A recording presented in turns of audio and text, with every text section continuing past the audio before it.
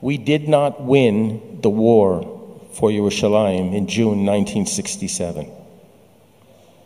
We won a battle and threw away the miraculous victory that Hashem, HaKadosh Baruch Hu, gave us. We were the first generation to reclaim our God-given capital, the first generation to come back and win Har HaBayit. Remember? Har HaBayit is in our hands.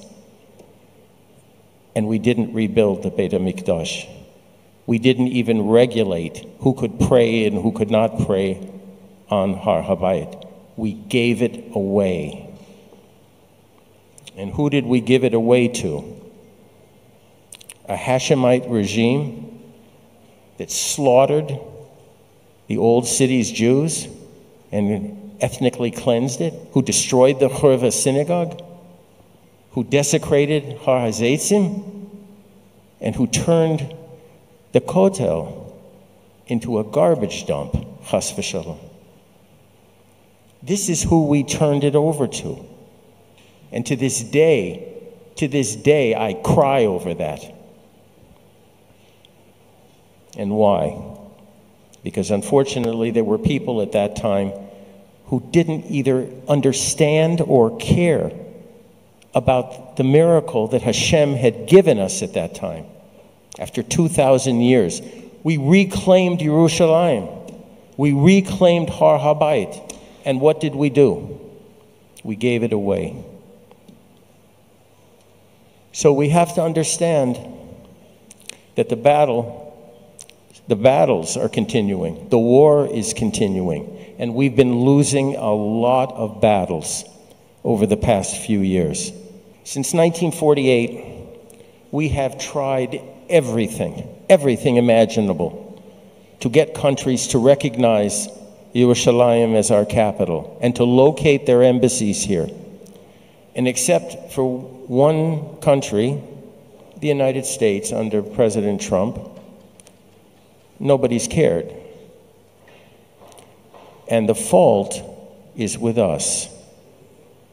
Why? Because we should have said in 1948, and we should still say today, if you want an embassy in this country, you locate it in Yerushalayim, our capital. End of story. And if you don't, you can't build a consulate in Tel Aviv and pretend that it's an embassy. You get nothing. This is our land. God gave it to us. We set the rules. You don't. And if you don't like it, fine. Go your way. We have the ability, the army, the police, the security services, have the ability to arrest most of these thugs. When you see on TV or read in your newspapers the fact that 500-600 of these thugs were rioting or more on Har HaBayit, and one of them was arrested, there's something wrong. All of them could have been arrested. Where are they going? You can't get off Har HaBayit except for a few places. So these people should all be arrested, every single one of them. If they're Israeli citizens, if they shook our hands and they accepted citizenship, then they should receive the full punishment of the law immediately.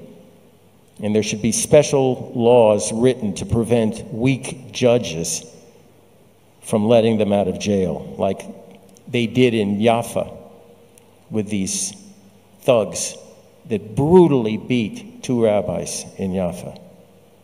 We're going to have peace in Jerusalem one way or the other.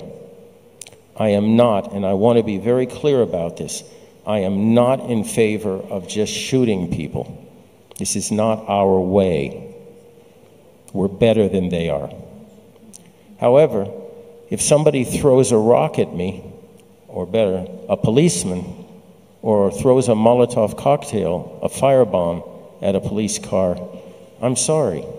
They brought a rock to a gunfight, and they lost. Peaceful protest? Fine. There's no problem. Violence? No. It should be treated for what it is. A violent terroristic attack on our claim to this city. This is not protest. This is war. Lastly, and this will probably be the most controversial statement I've made tonight, we have to reverse the mistake that was made in June 1967, and we have to make it now. We have to tell the Jordanians, particularly the Hashemite family, you're through. You're finished. You have no claim over Har HaBayit. You have no claim over any land at all in Yerushalayim. You're a foreign power. You invaded us in 1948. You slaughtered our people in the old city. You destroyed our synagogues. You desecrated our cemeteries in ways that are so unspeakable I can't repeat them in this facility. And they turned the Kotel into a garbage dump. The fact that they haven't apologized even for this in all these years comes as less as a surprise than the fact that we haven't demanded the apology. We haven't. Nothing. We just forgot about it. This is wrong, and it's got to be corrected. The Ministry of Religion can take over Har HaBayit, and the minister in charge of that ministry can regulate religious services on the Mount.